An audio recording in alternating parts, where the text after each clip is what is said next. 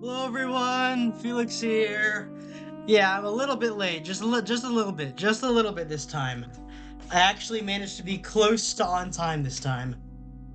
But yeah, where do I start? Where do I start? Where do I start? Um,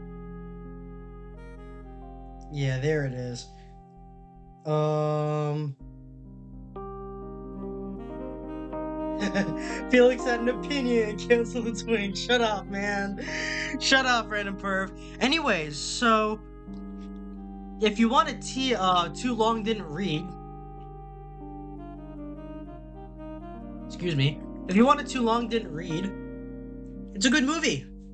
I didn't even like this isn't genuinely speaking. Okay, leading up to it. Leading up to it.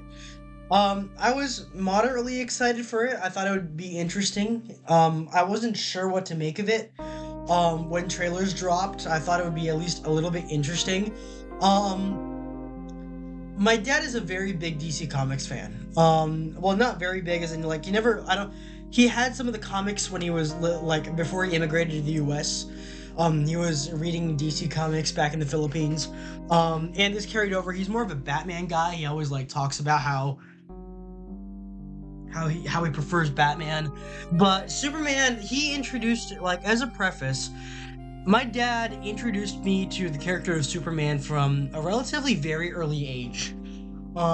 It was I remember like 90% of my Halloween costumes growing up, even all the way through middle school, were like it was something simple like putting on a suit and then having a Superman t-shirt underneath for to be like Clark Kent. That was like always my Halloween costume growing up for many years. Um for many years. And my a lot of that came from my dad because he like I said, he again was a major like he's a pretty big Superman fan. I don't know of him having any comics here in the US, but he definitely took me to all the movies. Hell, like one of the first movies I remember, like I had the earliest memories I have of watching a movie with my family. I think one of the first live action movies that I've seen with my family was when I was 3 or 4 years old, or maybe 5, and they sat me down in front of the TV and put on a rental DVD of Superman Returns with Brendan Ruth. I don't remember anything of it. I just remember a few scenes, but I remember I definitely saw that movie on DVD on a DVD player in my on my TV. So I wouldn't consider myself to be a major Superman fan, but I respect it being like my dad's into this. This is like I'm autistic about some things, he's autistic about Superman. Let him be a fan, and I appreciate that. He was the one who insisted that we go see this movie. By the time there was some controversy with James Gunn saying, "Oh, this is a political movie. This was about immigration and whatever." I was reluctant to see this movie, but my dad continually insisted, "You know what? We're gonna see this movie. We're gonna see this movie." Repeatedly insisted, and he took us to it, and I decided, you know what? It's not bad. I liked it. I liked this movie. James Gunn was wrong about his own movie. This is not a political movie. Well, I don't care what reads like there's fucking stupid people saying like, oh, look, I can tell, like I am very sensitive to like woke bullshit, and like I can tell when there's some commie slop and whatever thing that I'm watching or reading about. Like I'm very sensitive to that. This movie doesn't have any of that. It's not. It is not it is an apolitical movie. I don't care what the discourse around everything around it is saying. This is a largely apolitical movie. There are political jokes in it. There is nothing major. There is no point and laugh at X real life. Oh yeah, the justice it's a prototypical version of the Justice League. I think it's not the Justice League, but it's the Justice Gang. It's got Green Lantern, Hawkgirl, and this new guy called Mr. Terrific, who features heavily in this movie. Mr. Terrific, it features very heavily in this movie. I had no idea what that character was or what he was doing here, but you know what? I guess James Gunn kind of made it work. But yeah, this is not an origin story. I think this is the youngest, like, since Christopher Reeve. This is around the eight, like, okay, don't stutter. For the original Christopher Reeve Superman, this I have childhood memories of, like watching it on TV because my dad put it on all the time. This and Superman 2, like all the four versions of the Christopher Reeve Superman movie. Um, these were the like out of this one, I think Superman is a teeny, like almost just a very young adult in this one in the original 1978 Superman. In here, he's in his late 20s, but he's still the rookie. Like, yeah, it might not be an origin story. It doesn't elaborate on Krypton. It doesn't have him growing up or whatever. It just starts with him as an adult. And the opening of the movie, it's very text based. It's kind of like Star Wars, where it opens up to this a lot of exposition through pure text on screen exposition. Would I make that directing decision if it was me? Not necessarily. Maybe it was the only way it could work. I'm not sure. I'm not sure if I agree with it, but I guess for the sake of the movie, it does work. Having just like a Star Wars style text on screen, a lot of exposition just thrown at you silently through text on screen while the opening credits play. That's the opening of Superman. And it opens up with he is at the start. It doesn't show the start of his like a time as a superhero, but it does open up on a very he's still a rookie. He is still in the beginning stages of like learning to be a superhero. And it's a very striking opening because we don't usually see Superman in like we're not usually immediately shown Superman being in a spot of weakness. And physically speaking, and both physically and mentally speaking, this version of Superman is not as strong as we've seen before. He's strong. Physically he's stronger than the original Christopher Reeve Superman. He doesn't have the same range of powers. This is a Superman that gets his ass kicked throughout the entire movie. He gets fucked up throughout the movie. This guy is suffering. The only reason why he's still alive is because of his healing factor. He has his struggles. This is very much a suffering Superman, both physically and mentally. Even more so than in Man of Steel. Like, despite the more upbeat tone, this is a Superman that suffers a lot physically in this movie. And the opening scene of this is Superman slamming into the ground at Mach fuck and just like lying there because he lost a fight. He is out of the action, and he has to get back to the Fortress of Solitude in order to heal up. Like use this like Kryptonian machine to heal up quickly so he can get back in the fight. That is the opening of this movie, and we're there's some comic relief because it also introduces us to Crypto the Superdog, which was a choice. Is it a choice I agree with? No, I'm not really that kind of person. I'm not really that. I regard it as a little bit too comedic, even for this kind of movie. But I guess for the most part, Gunn made it work. Fucking loading. Must be the Stormwind again for me. Justice Gang is before the JLA, Justice League of America, so early 20s. Felix hates Space Wizards confirmed. I do like Star Wars. It's just like it's not a major fixation of mine. It's not like Fallout or James Bond or Terminator or something like that, where like I can develop a serious attachment to it. I think the writing for Star Wars is interesting. I don't hate it. I like it. Not the sequels though. Those were bullshit. But we're not here to talk about that. We're here to talk about Superman. So Superman does that, and Superman does that. He goes back to Manhattan. In the original Superman, in the original versions of Superman, the Fortress of Solitude is at the North Pole in the Arctic Ocean.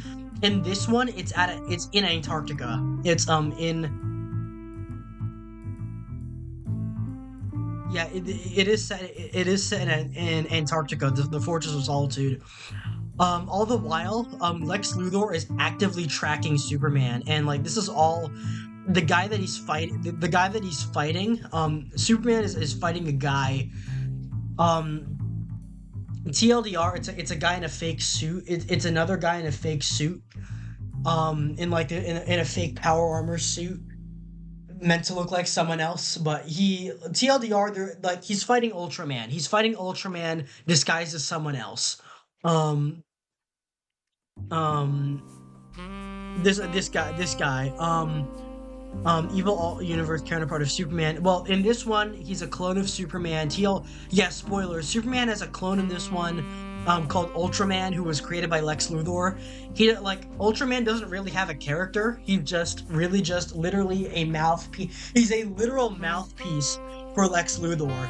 And he is essentially just used as a biological robot by Lex Luthor to just try and kill Superman. This was all a test. This was a test of Ultraman against Superman, like this opening scene, and Ultraman succeeds. Ultraman just beats the shit out of Superman again after Superman heals up, gets back in the fight, and then gets his ass kicked again because Lex Luthor is like basically controlling Ultraman and using him to literally play a fighting game against Superman. He's in this control room in the lab watching the Superman fight, like telling all of his attendants to go for specific fight combo moves against Superman. Like bros playing Injustice in real life. And that's that's what it is. That's what it is. So Superman gets his ass kicked, but you think for a moment that Ultraman is going to destroy Metropolis. I said Manhattan before. I forget that like Metropolis is just New York, but somehow better. But whatever. He flies back. He doesn't destroy Metropolis. He just disappears and then reappears as like he goes into this portal machine set up by LexCorp to go into the area. It's all very convoluted. This is a convoluted plot movie, especially when you like saying this out loud. But after that, I guess the more important parts is the character moments. Let me reduce the volume a little bit.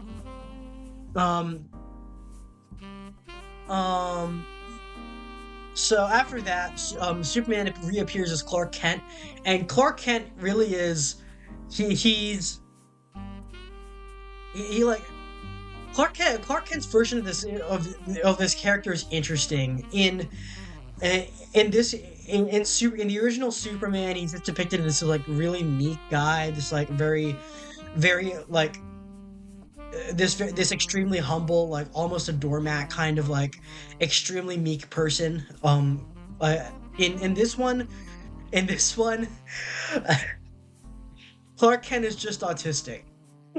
Like, well, I use that word maybe a little bit too much. He's just very socially awkward. Clark Kent does not understand social cues. He's just I don't know. He reappears, like he shows up to his job. He just does his thing, and Clark Kent has this long running exclusive interviews with Superman. That's like, I guess, is a plot hole that is partly discussed but never touched on. Clark Kent has a series where he interviews Superman in quotation marks, where he basically just like he talks to himself and then writes an art. He talks to himself as like and then like writes an article about his own opinions. Essentially, all of Clark Kent's like articles on Superman are disguised opinion pieces, and we're already to the point where he is in a relationship with Lois Lane. Lois Lane is fully aware that Clark Kent is Superman, and they have that relationship going on. They're already connected. They already have a relationship, but it's rough because Lois Lane, like it's not to like a really bad like, ooh, this is getting into political territory. But yeah, Lois Lane here is a bit of she is a girl boss here. She is depicted as that like strong female character. Not physically, she's not like she's fighting people or whatever, but she is very much an extremely headstrong kind of character. It's better written than Zendaya's MJ in Spider-Man, thankfully, but it is she is depicted as a very very modern womanish. Yeah, I like having you around, but I can do this myself. That kind of attitude, and like her being like that, being a bit of a bitch, and Clark being like having very autistic social cues. Like as much as they love each other, as much as they genuinely are in love and like have a genuine romance, they're still getting used to each other, and they're not fully compatible yet. And that is reflected when um because when they sit down, they have a date, and Lois gets the idea to interview Clark as Superman, to just interview Superman. Clark gets in sort of character where we see it's like clearly an act from him. Like there, it really demonstrates the two side, like the connection of the two sides of Clark Kent and Superman really well. But they like I guess it's a version of the interview date from the 1978 Superman, but like without the flying scenes. Lois Lane interviews Clark as Superman, and you can see that Clark both even Clark at what when even while trying to put on the strong persona of Superman, he's not emotionally mature. He's not mentally mature yet. A few times he loses his temper, and that's the thing, you rarely see, even in the even in the Snyderverse films, you rarely see Superman lose his temper. In this one, he loses his temper a lot. Clark Kent and Superman, he doesn't do anything, like only a few times does he do something violent, but in this one he just gives up and walks out. He just gives up, says, I'm not gonna have any more of this. You're pressuring me too much. You're being unfair to me. And she, all while she's like, she is being a bit of a bitch, but in her defense, she was trying to get a fully impartial interview of Superman, which is what she wanted. Clark is like emotionally struck by this and decides, you know what? Look, I'm sorry, I'm gonna leave. I have to leave. I need to think some things over. And then he comes back as Superman. Um, and I guess we're going into the let me check chat. Let me check chat for a bit before I go back into explaining the movie. Um, Either way, is a twink gonna nut up and go to Free Comic Book Day? I'm not sure. I don't know. But just trying to remove Power to Girl from the equation, generally equivalent for Supergirl, sometimes Dimension Next Door. New York, but instead of giant rat, Q Flat Flamingo. Hey, hello there. New York, but instead of giant rats, giant monsters. Not really a plot hole. She's what I call in my homeland a bitch. Go watch Tyrone Magnus on his Superman review. Tyrone Magnus said Superman from James Gunn is a big old piece of trash. I'm gonna get well. If to be very upfront, about this movie, this is a very flawed movie. This is a mess of a movie. This is very both like if you both under scrutiny and at time of watch, it has a lot of problems. It is not a perfect movie. I am gushing about it because I like the movie. I had fun with it. It is a very good popcorn movie. It is one of the better, besides F1, this is one of the better popcorn movies of the summer because it's just purely it's a fun movie. I enjoyed myself, and that is and like if that is the mark of a bad movie, even if I enjoyed myself, well, whatever. But do I prefer Snyderverse? I prefer the aesthetics and cinematography and the plots of Snyderverse, but I don't hate this. I'm capable of liking multiple things. I like and prefer Zack Snyder's DC because I think it had an identity that set it apart from Marvel a lot stronger. It oh man, I have to take this call real quick. I gotta mute real quick. I'm sorry.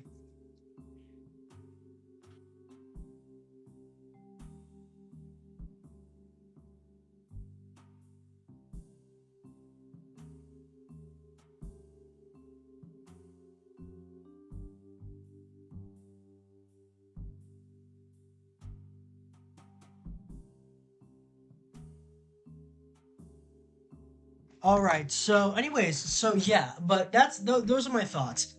Does it have the kind of both of these suffer from some pretty big leaps and plot holes? Um, some pretty big leaps and plot holes. I like the movie. I am not ashamed of liking this movie, even as someone who prefers Zack Snyder. I like, even as someone who doesn't like James Gunn's directing style. I like, okay. Preface on James Gunn. I I know of what he does. I know of what he I know of what he does. Like I know like of the stuff that he does. Like I didn't trust I initially didn't trust him because he made Brightburn, which is ooh Superman but evil. It's another one of those. He does all these. Um he's Oh, he did fucking Scooby Doo. I'm not a fan of like I'm generally not a fan of most of his movies. I was introduced to him via Guardians of the Galaxy um because I basically grew up on the MCU. That was my childhood and teenage, like a big part of my childhood and my teenage years was part of the MCU, and I've talked about the MCU like a lot on here. Overall, I think like I like Guardians of the Galaxy, but Guardians of the Galaxy I felt was carried mostly by the charisma of its cast. Um where is that? By yeah, by Chris Pratt, by Zoe Saldana, by Batista, by Bradley Cooper, and Bradley Cooper is in this movie as well. But so I initially didn't trust James Gunn to do this, and I also like I'm not the biggest fan of him as a person, given the kind of shit that he just says. One part is ooh this is a political movie. I'm open about my politics, and it's just not. It's kind of cringe, and also this incident which he made fucking pedo jokes and that kind of thing. Like normally, where he has weird fucking interests and stuff that I'm a little bit uncomfortable with. But that being said, but that being said, I guess for what it's worth, I'm willing to put aside my prejudices against James Gunn and say I enjoyed this movie. It is a good movie. Go watch it if you're interested in this kind of thing. If you like ape shit, if you're interested in, and even if you want to hate on it, at least see it. At the very least, see it. This is not a this is not this is not a spit in your face movie. This is a movie. This is a genuine movie, and while I find the original Superman, like the Richard Donner Superman, and Zack Snyder's Man of Steel to be both better, both in tone and in writing, this is probably the closest to the like Golden Age and Silver Age comics. This is the closest to the comics I think that a Superman movie has been or is going to be, besides the animated series or the animated movies. But going back to the plot of this movie, so TLDR, there's stuff happening in the background, and Lex Luthor is funding a war in what is basically I think like central like Eastern Europe or West Asia. He's funding this big war that he's trying to initiate that he apparently has a deal with one of the dictators involved. Um like just previously, Superman had stopped the war. Before the events of the movie, Superman had been involved in the war and stopped the invasion. It's the Baravia versus Jaunpur conflict, which I'm gonna get into that later. There's a lot of like shit discourse happening around two fictional countries in a Superman movie, but I'm gonna get into that later. Anyway, so but about that, so in the end of it, the in the at the end of it, the U.S. government has decided to open an investigation on Superman, after he's getting involved in geopolitics. He's like actively changing things. He's changing the direction of like he's acting unilaterally. Like they might consider him dangerous if he acts against the interests of the United States, and all that kind of discourse that was present in Man of Steel. I think this movie of all things handles that aspect of it a little bit better because of like the circumstances involved. But going back to Lex Luthor, Nick Holt, actually no, I'm gonna praise David Corn Sweat's Superman here. He's a great Superman. Do I prefer Henry Cavill and Christopher Reeve? Yes, I do prefer those two more. That being said, I could not find fault in David Corn Sweat's performance. There are issues in the script. All of that, all of that is all of that is the writing team's fault. This is not his fault. He works as Superman. I could rarely find something, and if something wrong with his performance, he set out and did what he was hired to do, and he did it very, very well. And that I will very much compliment him on. He is a different Superman. He's a much different Superman than previous incarnations. But that being said, he is an excellent Superman. He very much models himself after the original Christopher Reeve Superman, but it's not quite there. There's a little bit of touches of flair. Like again, he's still a rookie here. He's emotionally and mentally immature. He's a weaker Superman than the others, but I think that makes it interesting. And then going into my other spot of praise, Nick Holt as Lex Luthor. I knew him as he was an X-Men, but he was in Mad Max. I forgot about that. But Nick Holt as Lex Luthor is a fucking masterclass in acting. Genuinely. Usually I just praised David Cornsweat's performance as Superman. It was great. I loved it. Genuinely, like the best part about this new Superman movie might be Lex Luthor, because Nick Holt puts on a fucking amazing performance, man. It was, oh man, he is very much a cartoon villain. He plays a cartoon villain incredibly well. He's not like, do I think he's gonna get an Oscar for it? No, but it was Oscar-worthy acting. Fucking hell. It was, oh man, it's strange for when you get to for someone who's such a fucking asshole and you are still rooting for him to succeed even when he is objectively the bad guy, objectively the cartoon villain. You are still rooting for him to succeed because his performance is just that strong. It is. Superman is trying to be stoic about Superman is about trying to contain his emotions. He's emotionally immature. Like I said, he has his mental and physical troubles. He's trying to he's naive. He's a rookie. He has to keep his emotions under control. Luthor is the exact opposite, in which not that he is not unemotional, not that he is not emotional, but more like he is emotional at every single moment. Every single scene that Nick Holt has as Lex Luthor is fucking chewing the scenery and screaming at people, and it's great. It's genuine cinema, genuine cinema. Let me find this. Let me find this from my guy, Mr. Poe's Law. We're pulling a Superman might unironically save this generation of men.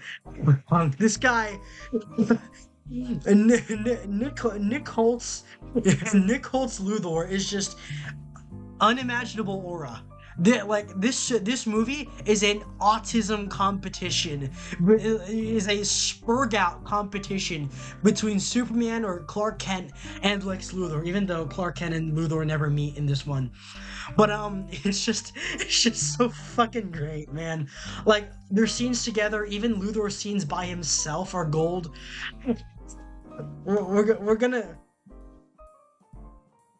we're gonna get into we're gonna get into this for a second. Well, we're gonna get into that later, but they are screaming at each other and chewing the scenery, and it's great. It's just great. Luthor's character in this one is written to be a like in previous incarnations in the Richard Donner Superman, Lex Luthor is this sort of very classy villain, very like almost like a Bond villain, where he is, ooh, I have my evil plans, Superman, but no hard feelings. I gotta put you away and kill you because you're the only one who can stop my evil plan. No hard feelings. It's just how it is.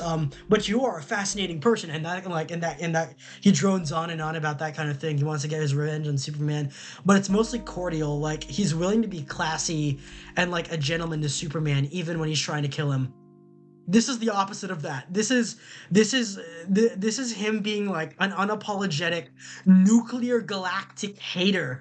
And just his entire character and his entire like mental process is, how do I fucking kill Superman? Why? Because I don't like him. That is his entire character here. But he takes it and sprints with it so fucking hard, and it's great. I just love like Sluthor in this movie because like again, like how Nick Holt and the writers of this movie managed to make you root for the guy who is objectively evil, and like and cheer for him even when he's beating up Superman.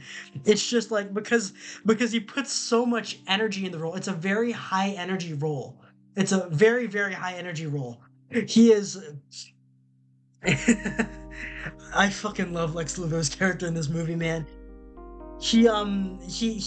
Like I'm spoiling like yeah, I'm spoiling a lot. So his entire ploy, he's an arms dealer, like kind of like he's selling weapons to Boravia, to the country Boravia, and having them invade their neighbor so Superman could intervene. His plot was so he could get that was his plan, to get like this legal workaround where he could consult with the US military and allow him and let them take him, like capture Superman for questioning. And his entire point was in like he engineered this entire conflict just to kill Superman. Like just to put away Superman and like kill him or torture him. Apocalyptic level of hatred that he just does like masterfully in this movie. Um he exists entirely to be a hater. If I it like I would be convinced, even if Lex Luthor even if he didn't have like his kryptonite or Ultraman or any of his like weapons that he's using against Superman, he would attack him with a regular pocket knife. He hates him that much, and I I just and I love that aspect of the character because it's genuinely inspiring how much energy and like passion he can have towards specifically being obsessed with one person. And Superman even calls him out. Even when like Superman has been captured by Luthor, yeah, that happens in a bit. That happens in the movie. Even when Superman is captured by Luthor, and Luthor is just ranting and raving to him about how he's gonna torture him and kill him and all these sorts of things, and Superman's just like, I think you need to calm the fuck down. He doesn't say that, of course. It's just like Luthor, I think your obsession with me is it's getting a bit creepy. I don't like this. I think you're stalking me, and he is. He basically is. Like in the opening scene, he already has one of his henchmen, who was just like this engineer, the engineer who is like basically what I can describe it as the T-1000 from Terminator 2 but female and superpowers. Like she had like this like a swarm of nanobots lady that can like envelop anything. She nearly kills Superman at one point, but he wins that fight against her. Um so you have that going on. But it's just like if I were the only other performance that I can compare to Nick Holt's Lex Luthor is this incident. I'm gonna steal this casually. This this is Lex Luthor and Superman's most of their interactions. Whatever. Shut up! Yeah, dude, I'm having a good time. I got 100 sinking Saxons! We need to kick the cheater, Monster Yambo! We need to kick the cheater! I'm trying to save him! And I'm trying to save him too! We need to kick Monster Yambo! I need to save him! I need to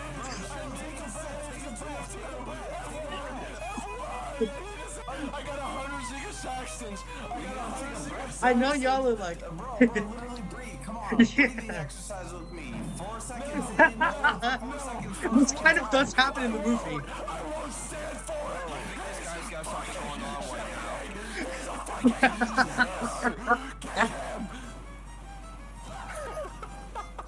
Yeah, I think it's a little too late for you to restore like that. Fucking having a whole He does this to Superman in the movie. scumbag! Yeah, life is like a big fucking joke. This game's been around for 20 years, and He basically does this, and this is his script in the movie, scumbag fucking cheater. and it works. It just works so well. This is the weirdest fucking game I've ever experienced in my whole fucking life. There's no other, like, there are a few other performances than this one and Nick Holt's Lex Luthor that can compare to this level of just, like, making Loud is funny, but Loud is passionate war. This game a whole lot more than you have, pal. I would know because I helped develop it. I'm a different coder, bitch. Can we? You're not done shit. What the fuck? You do. Yeah, that is the space of his character. That is the entire headspace of his character, and I just love it. What's your take on the real main character, Mr. Terrific? I don't find him intrusive. With Mr. Terrific, yeah, he was like, I didn't expect him. He kind of came out of left field, but like for as much as it focuses on him, this is a little bit of an ensemble movie because again, this has the Justice Gang, where Mr. Terrific is a part of it. He for the most part, yeah, like he has an arc where he's helping out Lois Lane find and rescue Superman because TLDR, we're going to this.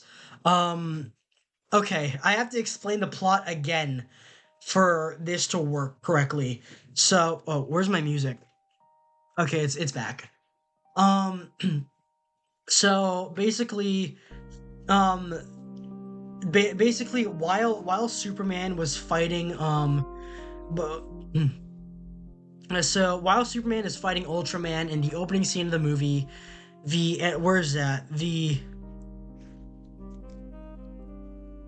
The engineer, yeah, the engineer, or like, I don't know a lot about that character, but it's like this. It's like I said, it's like she's like a nanite Terminator built by Lex Luthor, or like a human and like upgraded by Lex Luthor to be composed of nanomachines. Yeah, nanomachines, son, kind of like that. But it's like she's this whole like nanobot swarm that can control things and hack into any technology. She infiltrates the Fortress of Solitude, hacks into Superman's Kryptonian computer, and then while with Lex Luthor's with Lex Luthor and Ultraman in like accompanying them to the Fortress of Solitude, she hacks into Superman's Kryptonian computer, finds a message from Jor-El and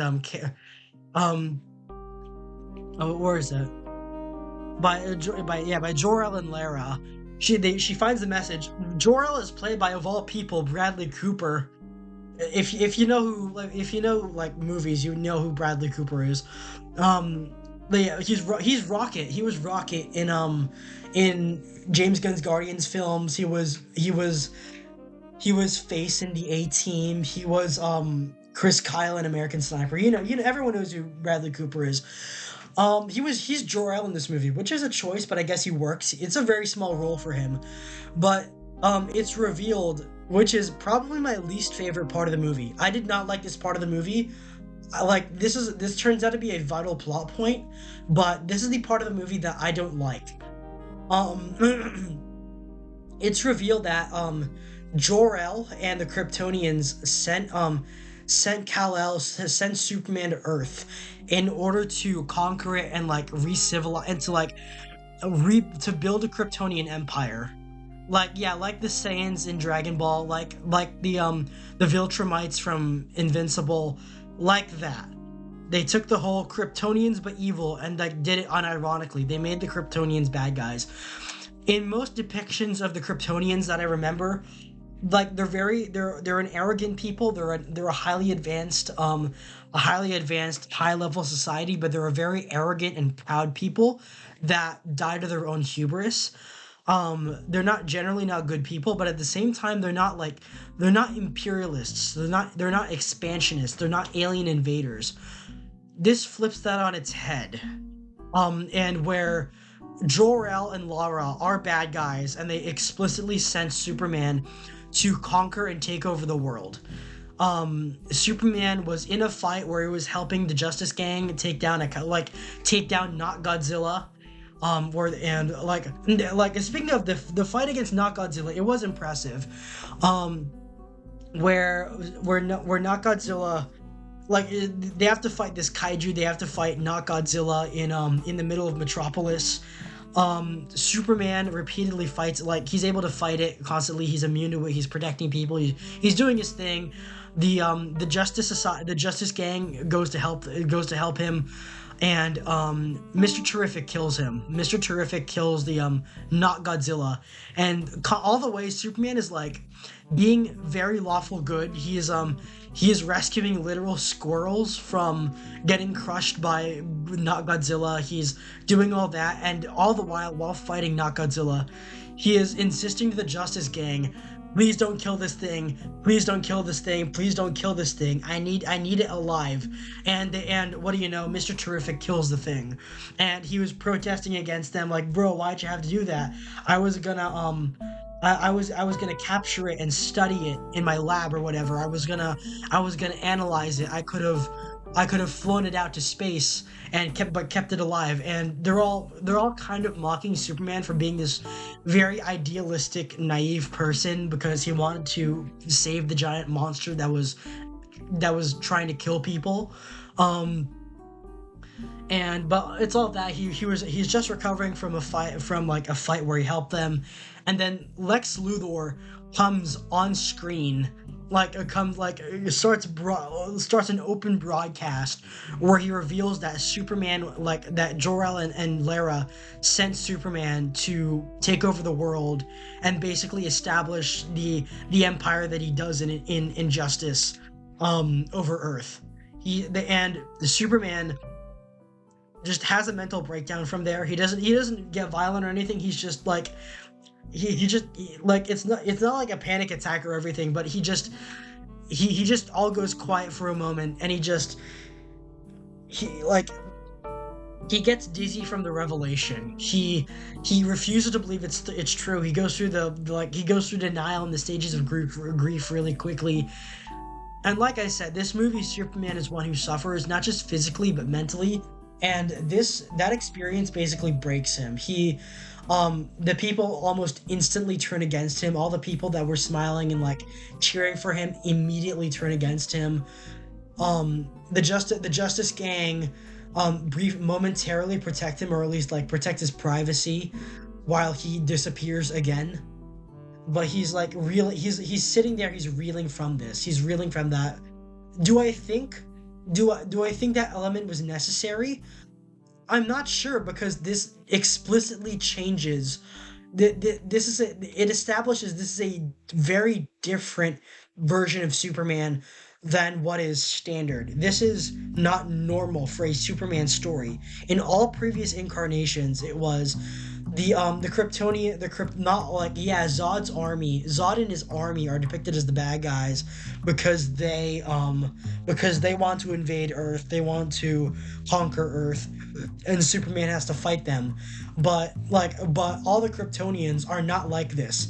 But it depicts even Jor-El and Lara, who explicitly sent Superman or Kal-El to Earth to improve it with his powers in all previous incarnations. This makes them the bad guy. Let me show the article. Yeah, Superman plot twist leaves fans questioning everything. James Gunn's Superman reboot features a twist that's sparking heated debate and shaking the foundation of the hero's origin story. Yeah, Clark wasn't sent to Earth to save it, he was sent to conquer it. Twist reimagines Jor-El and Lara not these self-sacrificing visionaries, fans of long admired, but imperialists with an agenda. I liked it. I hate the character assassination of Jor-El and Lara. Yeah, this wasn't. I don't think that was necessary, and it's not. It's not. It's it's not. It's. I don't think it was a good moment for any of them, but for what it's worth, like even though I hate that part of the movie, I think the movie handles it with the grace that it like with a level of grace. It's not shoving it in your like. It's not like even though it shoves it in your face at times. The character of Superman handles it in a way we know Superman would. He would just like yeah he's suffering mentally, but he doesn't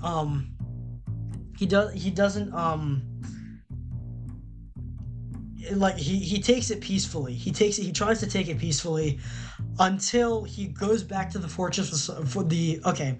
He goes back to the Fortress of Solitude, and Crypto has been kidnapped.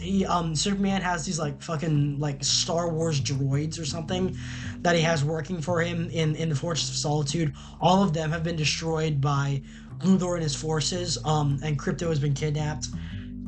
Yeah, Crypto is another plot point. Again, would I like him in other Superman movies? No, but I guess the movie tries to work with him, and this is this. It goes to this part. It goes to this part where Superman does lose his temper here, which I think was it's funny, but it handles it well in my opinion. Lex, I tried to stop him. It's fine, Heather. Superman, we finally meet. Would you like a coffee? Again, this is a very good scene with Luthor as well. Where's the dog? Dog. The dog, loser! You took the dog! That's right, you get all of this. Wait the dog, Luthor! Wait the dog! Sorry. I don't know what dog you're talking about, Superman. The dog, Luthor, you took the dog. I'm sorry. I had to. I wanted. The dog, Luthor. You took the dog. Oh, yeah, that's gonna be. Lex, I tried to stop him. It's fine, Heather. Superman, we finally meet. Would you like a coffee? Where's the dog?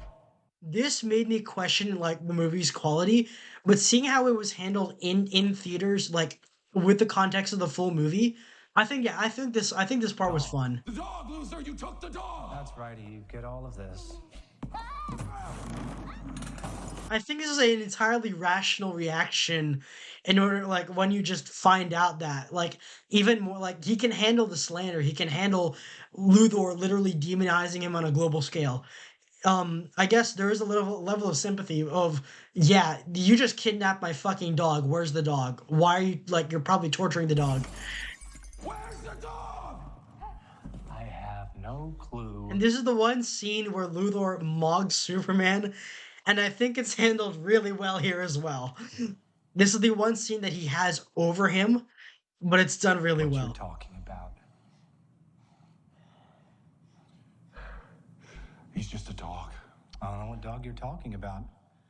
Uncle Dog and King. It's it. What'd you say? Oh, yeah, that's gonna be. Yeah. But yeah, there's that. Let me go check chat again. He hates it. He hates it so damn much. Just look at him get all flustered. James Gunn does well when he's left off the chain. Suicide Squad is probably the best example of this. I didn't like James Gunn's Suicide Squad, which is why I didn't have high hopes for this movie. The reason why I didn't expect to like this movie is because I didn't like James Gunn's Suicide Squad. What's your oh yeah, I like when the villain hams the story up. Felix learning to love a true villain.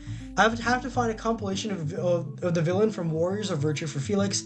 I mean, Lex is driven insane because of Superman in the comics. Well, they are in the comics. The Glass City was created to contain the last of the survivors. Again, the Kryptonians aren't imperialists. The Kryptonians are on imperialists isn't actually that far from the comics. But yeah, in all the versions of the movies that I've seen, I never remember, like, it's only ever Zod. It's only ever Zod and his army that goes out to conquer other planets. The Kryptonians are usually like depicted as these arrogant assholes that really they never thought to colonize other planets. They never thought to think of their own species. They just did everything at the advance of their society, and that hubris killed them. But yeah, this part, the Superman, he does that, and then he decides, you know what? I'm as a show of I'm not a bad guy. I'm not here to do harm. I'm not an invader. He goes and willingly surrenders to the U.S. government. And again, one of one of the less good parts about this is okay, so for context, Lex Luthor has this like private mercenary corporation called Planet Watch. They're called the Planet Watch Raptors, and Planet Watch is this organization dedicated to protecting Earth from alien invasions and from rogue superheroes, rogue metahumans and all that. Like anyone's and anything that the regular military cannot handle, they call on Planet Watch to fight them. Um it's a bunch of guys in like these like tactical like Iron Man style suits that give them superpowers. That like they have these like they have these lasers and all that. They can fly, but they're like they have super strength, but they're not as strong as Superman, as we can see later in the movie. He's arrested by Planet Watch.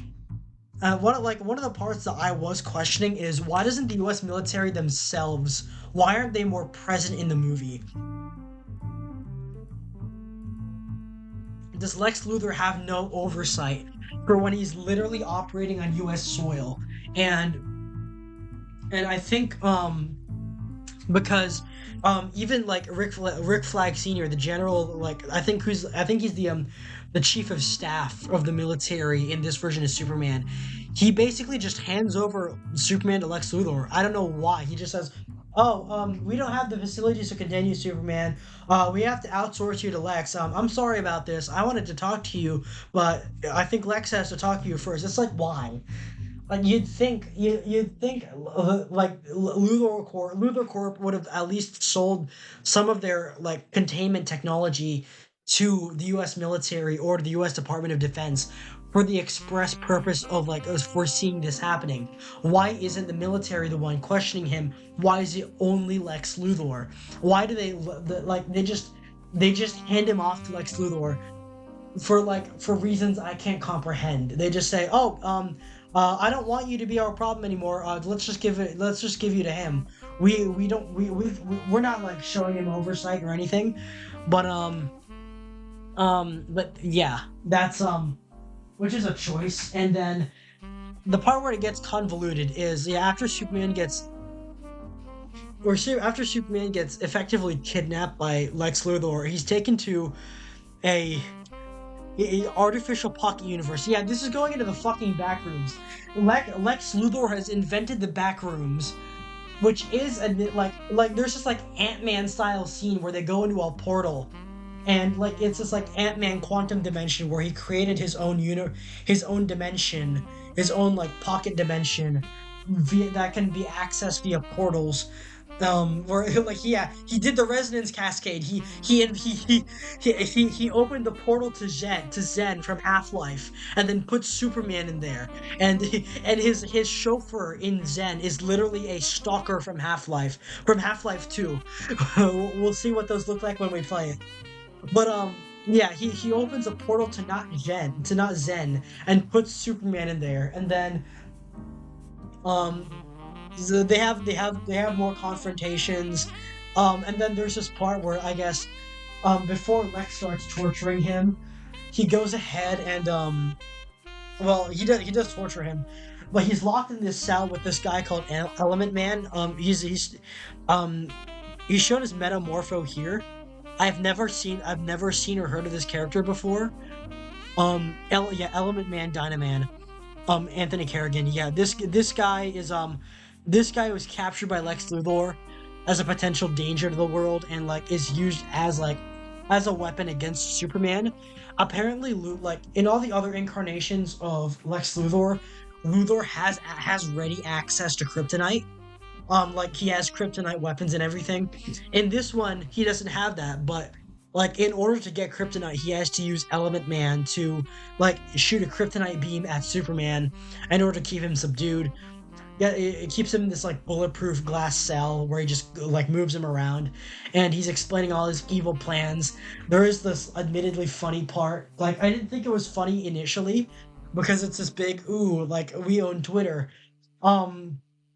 instead of a bot farm, Luthor has this literal army of monkeys that he has writing bad tweets about Superman. He literally like he has a bot farm made of monkeys that is used to 24/7 spread VTuber rats about Superman. He has VT in his pocket dimension. He put the entire board of VT and Kiwi farms in his pocket dimension in his gen, and he just put it there.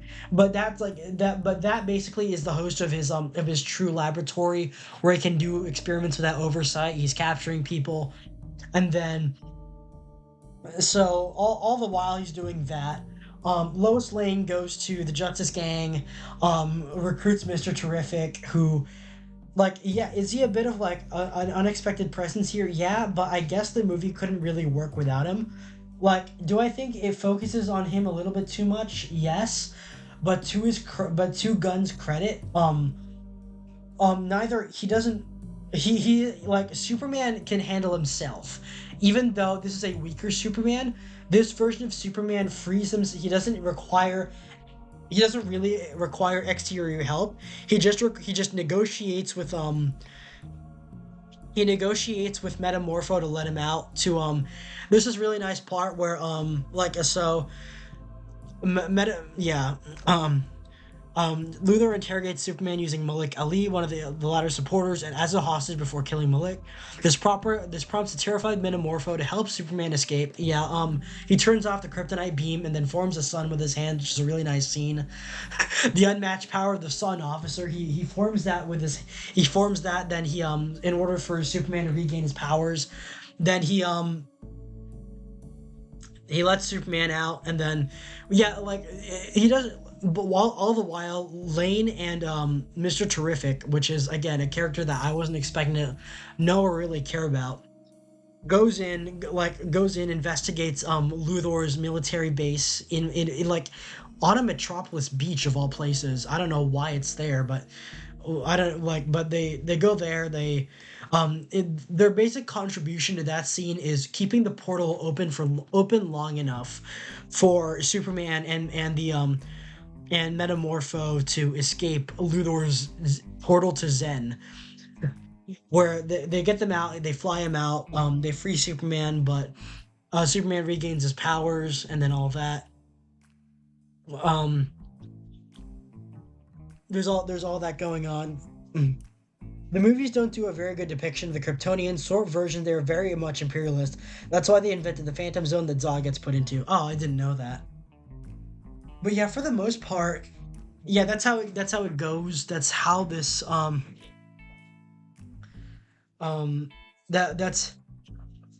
that's how that goes. Where do I have to keep it down because there's people downstairs.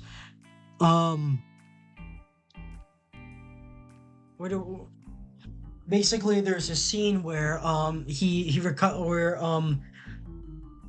they bring Superman back to Smallville, where he recovers at his parents' farm, and then he gets ready. There's this really nice scene because instead of in previous versions, it really sticks to the Kents are alive. In previous origin stories, in the 1978 version in Man of Steel, in where is that? In Man of Steel and in the 1976 in the 1978 version, they have Jonathan Kent die. Jonathan and Martha Kent are alive in this one, and it's a nice change of pace. It's a nice change of pace where it's it's able to build this very good relationship between Clark Kent and Jonathan and Martha without it being an origin story. It shows a lot, it shows that element of the character, and then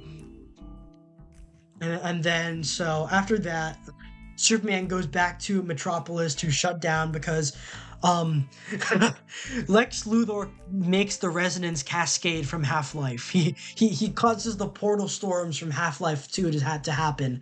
And so Mr. Terrific has to shut it down, but he needs Superman's help to do that. And then so Luthor lures him in and then tries to kill him with the engineer, which is a complicated character, I guess. And Ultraman, he lures him back to Metropolis to try and kill him using that method. Superman dies, and Superman almost dies multiple times, but he's able to win against both of them. Crypto does become a plot point because like he's instrumental in taking out like several of several of Luthor's surveillance drones that he's using to control the fight. But I think the fight between Ultraman and Superman is definitely one of the better parts of this movie. Um, because yeah, it is a big CGI fest, but it has soul. Um the engineer was a little bit too OP for my liking. I didn't really care for the character, but I guess she works as a viable threat because she can overwhelm Superman. Ultraman, but the best character of Luthor's henchman is Ultraman, which just literally functions as Luthor's mouthpiece. There's this scene where Superman fights Planet Watch. That scene that I think some of you have seen on the server, where it's literally an army of flying guys or like guys in Iron Man suits attacking Superman. We get to see like he only uses his laser, like whenever he uses his laser vision in the original Man of Steel, it's always treated as this sort of very very serious thing. In this one, like it is similar where he's using it offensively against Ultraman and against the Planet Watch Raptors. But it's only because he doesn't kill with it. He intentionally doesn't try and kill with it. It's not strong enough to kill, or at least he tones it down where it's not strong enough to kill. He just goes to disable their engines and disable their suits, which he can cut through. But the best scenes are near the end with the Ultraman v Superman fight. Where it's basically just Luthor playing a fighting game against Superman. Again, with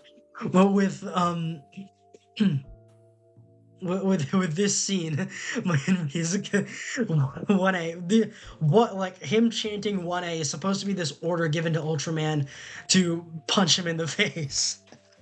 It's a good scene. It's a good scene. Um. The only and then at the end of it, Ultraman basically loses all of his capabilities because Luthor can no longer connect or see him.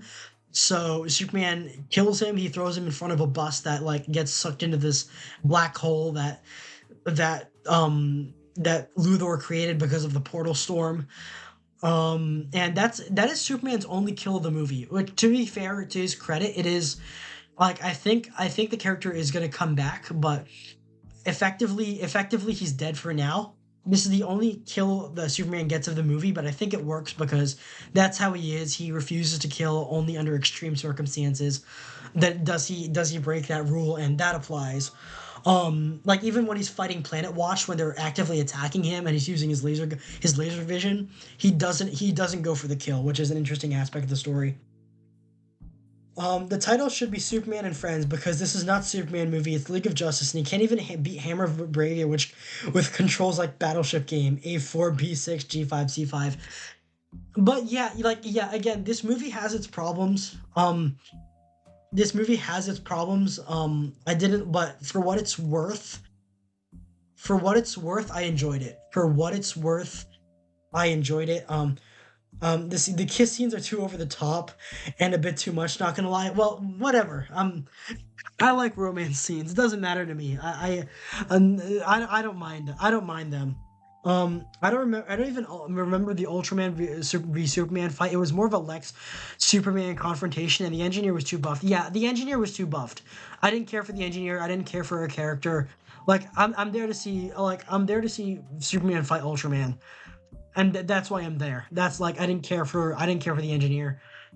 He never wins any solo fight. He's the Man of Steel for real. And the same character has more screen time than like Mr. Terrific and Guy Gardner. Well, yeah. Again, this movie has its problems. This is not a perfect movie. This could use more time with Superman, but for the most part, Superman is able to handle himself, I think. He takes down the engineer and Ultraman on his own. Oh yeah, he has crypto. He has crypto to kill the drones for him. But that's just like that's an aspect of his powers, but whatever. Um yeah, I don't think it demeaned him. I think the focus wasn't enough on him, but I don't think it demeaned him in any way. His vulnerabilities and his weaknesses here were for his own was for his own character benefit. Like even when like he's being rescued by Mr. Terrific and Lois Lane, he is doing the legwork. He's convincing Metamorpho to help him. He's the one destroying Luthor's base. He's the one fighting Planet Watt. He's the one doing he is doing what he can, even though he's barely holding on. And again, like I said, this is a weaker Superman compared to the others. Like I don't think it demeans his character. I just think it takes away a little bit. My problems with this movie is I genuinely don't know what the future of DC is going to be like under James Gunn. The next one to this movie is going to be Supergirl, where she is like, and all of that, where she is going to be Supergirl. I have my doubts about the future of this movie because overall, I prefer the Snyderverse to the writing so this starts at Peacemaker. Not Peacemaker, Suicide Squad. 2021. Yeah, this is the beginning of James Gunn's canon. This is the beginning of that. That is technically the first movie in this timeline because Peacemaker and Suicide Squad is canon. This one is although this one is supposed to be like the sort of main event. This is the flagship event for the new DC. Do I like it? I'm not sure. I like the movie. Do I like the direction it's going to take? I am not sure, and I can't be sure because it's just I'm not sure about the directions, man. I'm not sure about any of this. It's not coherent. I know Snyderverse definitely wasn't coherent, but it's a bit too chaotic. It's a lot to process. It's definitely going to be a lot more cartoonish, even more so than the MCU. And I'm not sure where that's supposed to go. But another problem I had with this movie is like some of the fight scenes got repetitive.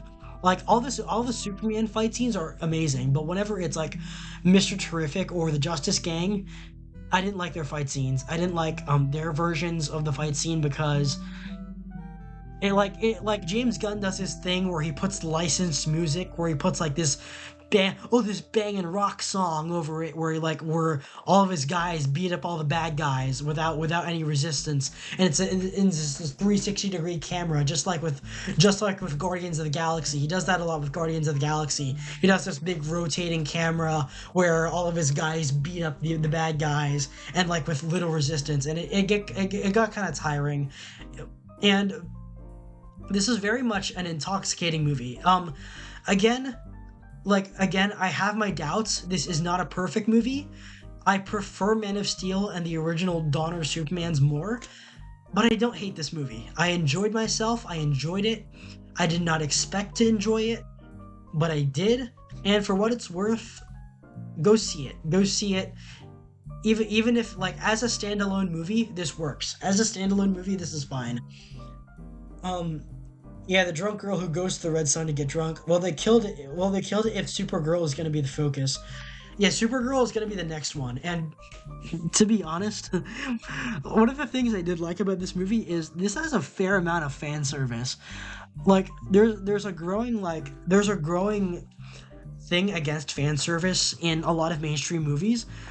This Superman has a lot of fan service, not just the romance scenes, not really because of Lois Lane, who I get is like kind of fan servicey in the original 1978 movie, but with characters like Eve Tessmacher, Hawk Girl, Supergirl, and even Lois Lane's coworkers like what's her name, what's her name, Get Tessmacher is in here as Sarah Sampaio. Um, Michaela Hoover. They got a lot of pretty ladies for the there's even like this little scene where one of Lois Lane's coworkers is jiggling her tits, and it's really funny, but it's also kind of hot, and I like that. And like Jimmy Olsen is a side character in here, but I think his character is done pretty well. His character is fun. It's fun. He's low key. He's low key. Where is that?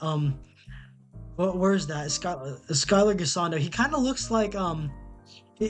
looks like Miles Teller. Oh yeah, he was in Licorice Pizza. I haven't seen that movie, but I hear good things about it. But yeah. Casting wise, I don't think there were any problems casting wise. Although I will note, this is the first time that characters from the MCU and characters from the DCU are played by the same actor. Wendell Pierce was in Thunderbolts as a U.S. senator, and here he's Perry White. Yeah, this guy is black in this one. They got Lawrence Fishburne for the last one, but Wendell Pierce is in this one. He was in a Marvel movie. Frank Grillo is General Flag. He was Brock Rumlow in the Captain America movies. And finally, Bradley Cooper as Jor-El when he was Rocket in the MCU. But there's that. I think that's all I have to say about this one. And there's the rumors. People don't like Supergirl after the TV show, Jim. But yeah, I guess I do have to address the more this movie is political. No, it's not. This movie is woke. No, it's not. I hate woke shit. I fucking hate woke shit. This movie is not woke. It has some political in jokes in it. It is not woke. It is a largely apolitical movie. But yet at the same time you have this. There is I don't want to get again, I rarely if you know if you follow me on Twitter, you are you all pretty much know that I have some pretty strong political views, at least on a lot of things. But this is the I guess it's relevant to what I'm going to talk about here. I'm not going to comment on real world geopolitics. But I have people on one side and the other claiming that the Boravia-Johanpur conflict, which is a literal sideshow, which is a literal minor plot point in this Superman movie, in this movie about superheroes, this minor screen time development that only gets two or three scenes about this war in a foreign country that Superman intervenes in. He intervened in off screen between Boravia and Jaunpur is this big reference to Israel and Palestine. Boravia is literally Israel. Jaunpur is literally Palestine. It's about this war crimey country supported by the U.S. invading this country full of poor people that doesn't even have a military and all that. It's just it's about Russia and Ukraine. No, it's not. The fictional country of Boravia has existed for longer than Israel. They are nonsensical countries in a nonsensical cartoon movie about superheroes. It is not about it is both insulting to real life politics, to the real life conflict that is happening in real life, to compare it to a superhero movie, and it takes away from the value of the movie to reduce a real world conflict to this literally happens in X superhero movie. It's not like that. I know it's become bad enough that news articles on both sides of the conflict are writing about it. The Times of Israel is writing about it. Al Jazeera is writing about it. Both of them need to shut up. It's not about them. It's about let the movie be a movie for movie's sake. I am a man boiling with rage. Superman, created by two Jewish immigrants. The actor playing by Superman, Jewish, owned by Jews. Superman is not a Jewish character. Um is not Israel's different name. Present in DC Comics since Superman number 2, 1939. Yeah, Superman has Jewish creators, Jewish writers. He is not meant to be Jewish. He is not meant to embody Jewish ideal. He is meant to embody American idealism and this sort of philosophically the idea of the ultimate person. He like, in my opinion, my controversial opinion, despite being written by Jewish authors, Jewish immigrants, Superman is closer to, it has a stronger Christian identity than he does a Jewish one, because like, Superman is not a Jew. Superman he is not that kind of character. He is not meant to represent.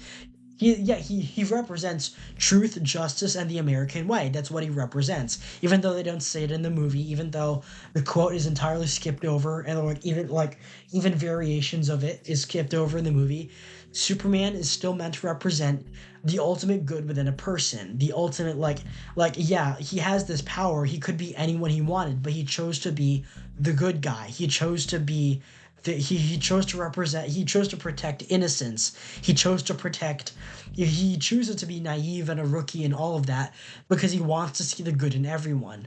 He wants to forgive. He wants to improve. He wants to help people. That is the essence of his character.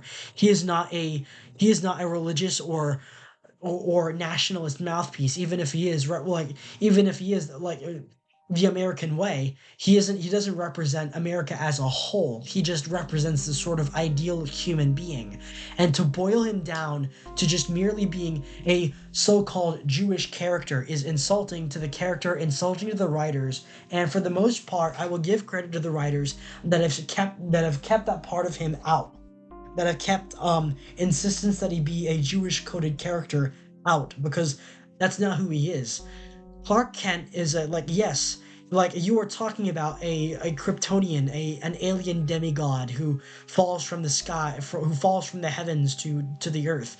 But he is also Clark Kent, Midwest boy, raised on a farm by hillbilly parents, by conservative Protestants in the Midwest in Kansas, who drives a tractor and can farm and can plow and does agricultural activities to help out his parents. And he is Clark Kent, the young reporter that moves to the big city to fulfill the American dream and chase his dreams, even both as a human, as his civilian life. Like, that's what he does.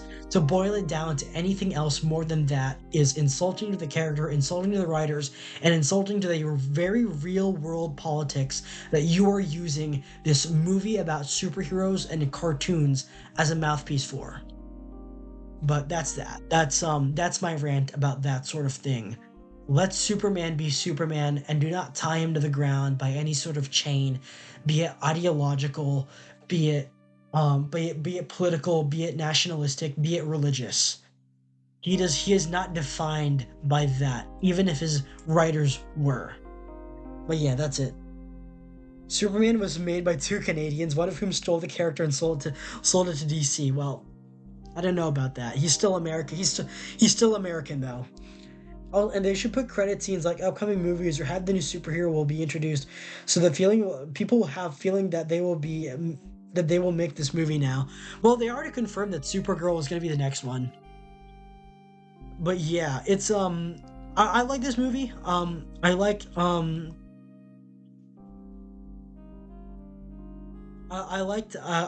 elements of this movie. Do I prefer other Superman movies to it? Yes, but I liked it. Go ahead and see it. It was intoxicating, and the best. Like I told people, the best compliment I can give this movie is that this feels aesthetically like a mid 2000s or late 2000s film. This, not the dark and gritty stuff like Man of Steel or whatever. This feels like a Michael Bay movie almost. Like if Michael Bay made a superhero movie, like minus like elements of his style are present here. This is what, this could have replaced Superman Returns. this is even though it has modern sensibilities, it has modern, like, ooh, there's social media, there's there's the world and all of that, there's the modern news, there's the internet and all that, but it's styled like an early 2000s movie. Aesthetically, it feels like one. Um, it's, I think it's that cartoonish vibe. It feels like an early 2000s movie, aesthetically, script wise, even like the only difference is that this has a lot better CGI, and even at times, even when the CGI is bad, like during the like even when the CGI is bad, like during the not Godzilla fight scene, or Superman fighting Planet Watch, even when the CGI is bad, it feels like old Death Battle. Like if you've seen Death Battle, and like like the one that made Death Battle a thing was Superman versus Goku. Like, and a few of those fight scenes from this movie, like even when the CGI was bad, it felt like Superman versus Goku all over again.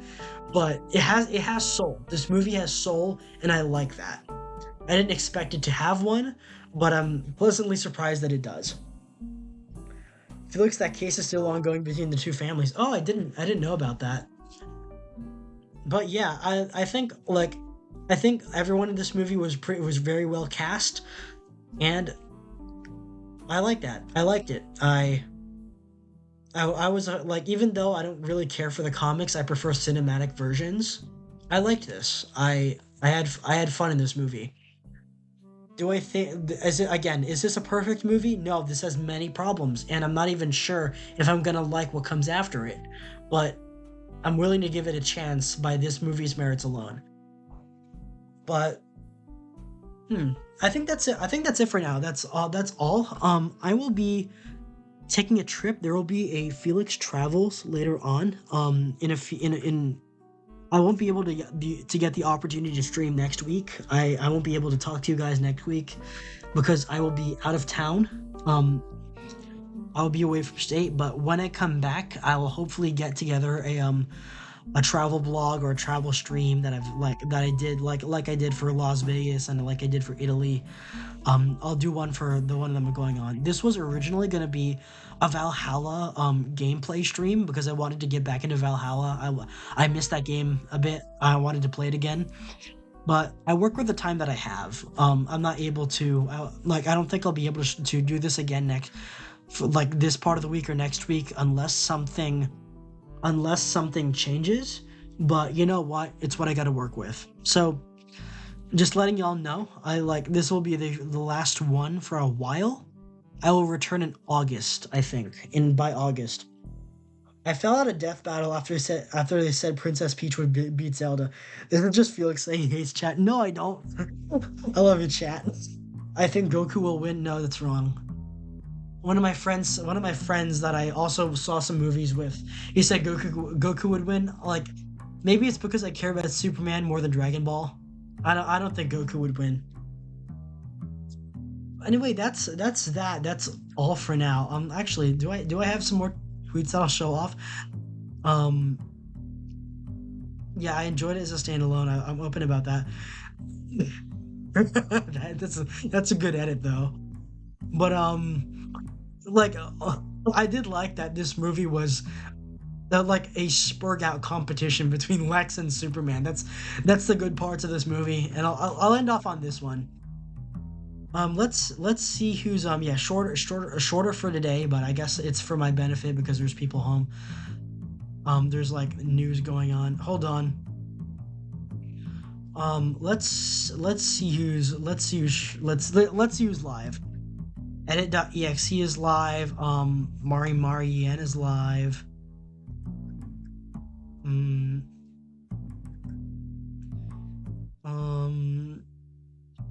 Oh, there's Trob. I might go for Trob. Shadow of Colossus for Sleepy with Valeri, A Way Out. Hey, I'm Chase. I don't know about that. Cretosis. I think I'm gonna go for Cretosis. I've talked about I talk about him a lot on Twitter, so I'm gonna send you over there. Thank you everyone who came. Thank you. Thank you, Random Perv. Thank you, Hanti Miles. I really appreciate you coming in. Thank you, Q Flat Flamingo. Thank you, Valentino Panther Claw Spencer. Thank you, RV Aqua. Thank you, MOA. And yeah, thank you everyone who came. O2 love, and I will be seeing you guys next time. Let me put that in chat. Okay. Okay.